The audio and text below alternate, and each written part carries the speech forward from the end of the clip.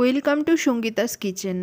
আশা করছি সঙ্গীতাস কিচেনের সকল বন্ধুরা ভালো আছো। আজকে তোমাদের দেখাবো একটা রেসিপি। মাছ মাংসর কোনো রেসিপি আজকে দেখাচ্ছি না, আজকে দেখাবো সুজির উপমা। এটা ব্রেকফাস্টে অথবা সন্ধ্যা টিফিনেও তোমরা কিন্তু অনায়াসে করতে পারো। যেভাবে দেখাচ্ছি দেখতে থাকো সম্পূর্ণ রেসিপিটা, স্টেপ বাই স্টেপ তোমাদের দেখাচ্ছি। এটা অনেকে ঝাল সুজিও বলে থাকে, আবার সুজির উপমাও বলে থাকে। তাহলে আজকের রেসিপি সুজির উপমা, চলো শুরু করা যাক।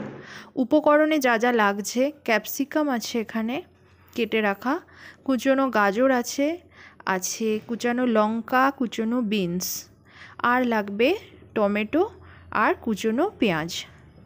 এই যে সব উপকরণগুলো জোগাড় করে নিয়েছি। এবার শুরু করা যাক রেসিপিটা। মেইন উপকরণে লাগছে সুজি। কড়াই গরম হলে কড়াইতে রিফাইন্ড অয়েল দিয়ে এবার সুজিটা এই তেলের মধ্যে প্রথমে কিন্তু হালকা করে ভেজে তুলে নিতে হবে।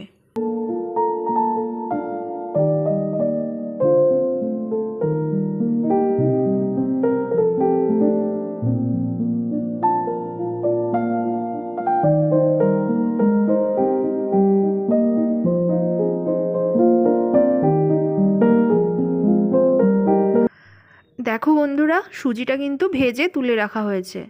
এবার কড়াইতে আবার তেল দেওয়া হলো।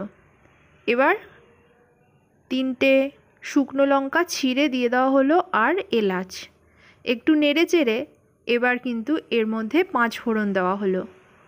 চাইলে তোমরা শুধু মৌরিও ব্যবহার করতে পারো, দারুণ সেন্ট হয় একটা। একটু ভাজা ভাজা হয়ে এসছে। এবার এর মধ্যে কুচনো পেঁয়াজটা দিয়ে দিতে হবে। পেঁয়াজগুলো দিয়ে পেঁয়াজটাকে একটু হালকা করে ভেজে নিতে হবে, খুব বেশি ভাজা কিন্তু এটা যাবে না। এবার দিয়ে দিতে হবে এর মধ্যে কুচনো টমেটো। দিয়ে দেওয়া হলো কুচনো টমেটো, কুচনো লঙ্কা দিয়ে দেওয়া হলো, এখানে পাকা লঙ্কা কুচিয়ে রাখা হয়েছিল। এবার দিয়ে দেওয়া হলো সমস্ত যে সবজিগুলো কুচিয়ে রাখা হয়েছিল সব। ব্যাস, এবার আর কোনো কাজ নেই। এর মধ্যে পরিমাণ মতো নুন আর হলুদ দিয়ে এবার এটাকে ভাজা ভাজা করে নিতে হবে। চলো সবজিগুলো প্রথমে ভাজা হোক, তারপর আসছি। এরপর স্টেপ বাই স্টেপ কী কী করা হচ্ছে সবটাই তোমাদের সাথে শেয়ার করছি।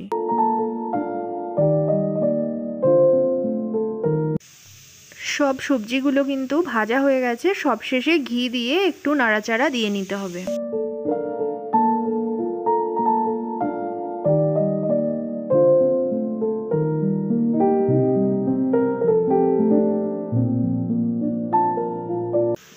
সবজিগুলো ভেজে একটা পাত্রে তুলে রেখেছি।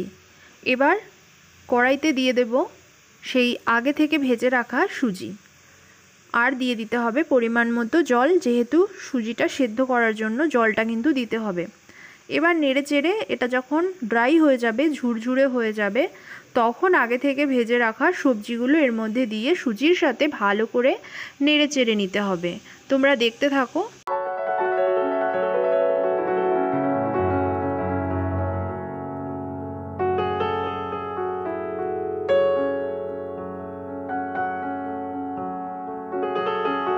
বেশ অনেকক্ষণ ধরে সবজির সাথে সুজিটা ভালো করে এরকমভাবে নেড়েচেড়ে নিতে হবে, না হলে কিন্তু সুজিটা ঝুরঝুরে হবে না, আর দলা দলা থাকলে কিন্তু সুজিটা খেতেও ভালো হয় না।